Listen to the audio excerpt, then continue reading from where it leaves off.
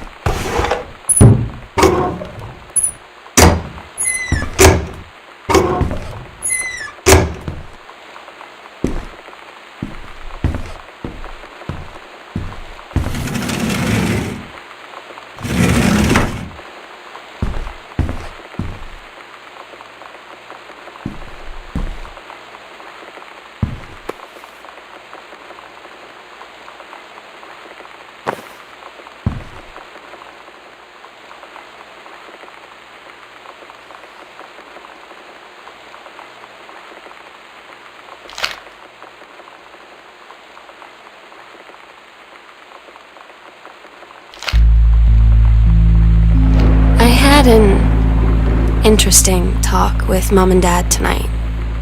One you were never gonna need to have. I mean, you've known, right? I've known. I've known since, like, She-Ra. Mom and Dad didn't, I guess.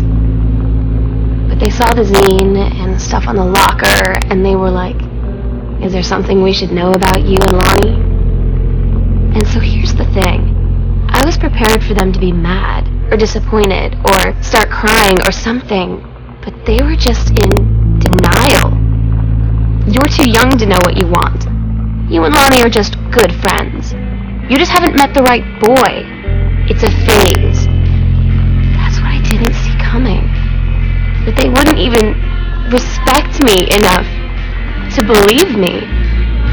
Well, joke's on them, because they're in for one very long phase.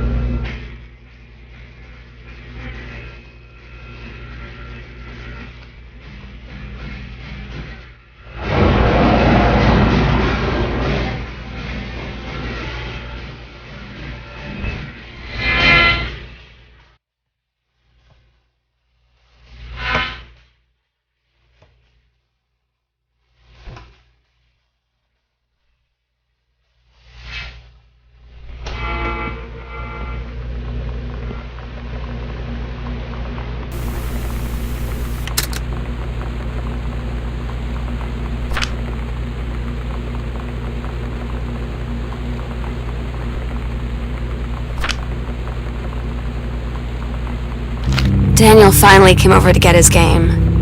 I'd been dreading it. But he brought this story with him that I wrote when we were little. I started reading it, and then there I was, crying at the kitchen table.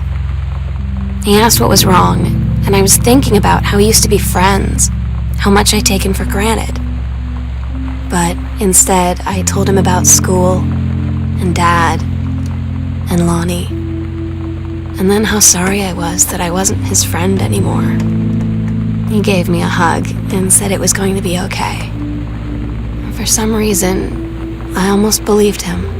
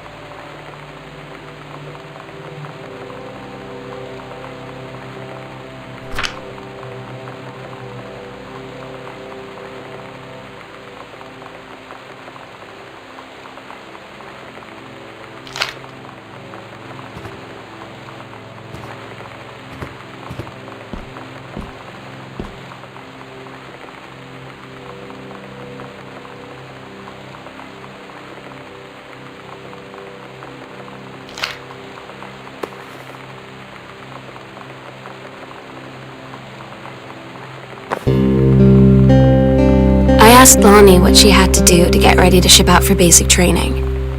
She said, not a lot really. You're not allowed to bring anything with you. You have no possessions, no contact with the outside world while you're in basic. You just train hard every day, and then you deploy from there. So, they'll just send her away. To who knows where. The other side of the country, the other side of the world. My mind, can't process it. She's really going to be gone. Just gone.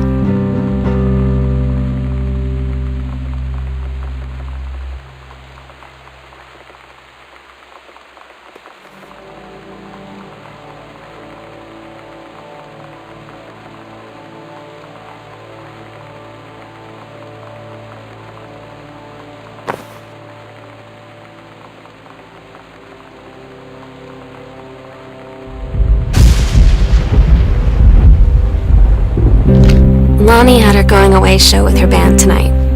She's so incredible on stage. When she was singing, I could practically forget everything. That we only had 48 hours left. That I don't know what comes next. That I can't live without her. Then she dedicated the last song to me. I couldn't take it. I was out on the curb in the alley, sobbing till my ribs hurt. I would follow her anywhere, Katie. But I can't. Where she's going. After a long time, she found me. She said she was sorry. She said, I wish things could be different. I just wanted to make you happy. I said, I don't think you can anymore.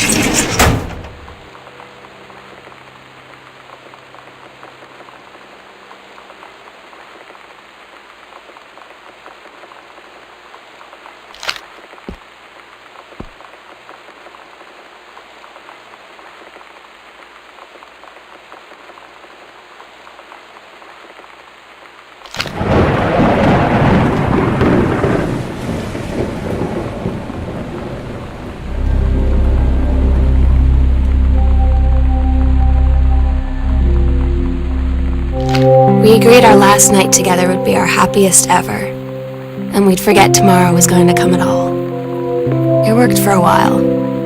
We had a good time seeing Oscar off, then ran up to the attic to look through our photos, to find one for Lonnie to take with her. And looking at them, I realized they were all in the past, and there wouldn't be any more. And I didn't know what I was going to do. And I cried, and she held me. She said she knew it was hard, but life would move on. I said I didn't want my life to keep moving without her. That's when she cried too. I was so exhausted. I must have fallen asleep like that, in her arms. In the morning, I woke up, and I was finally alone.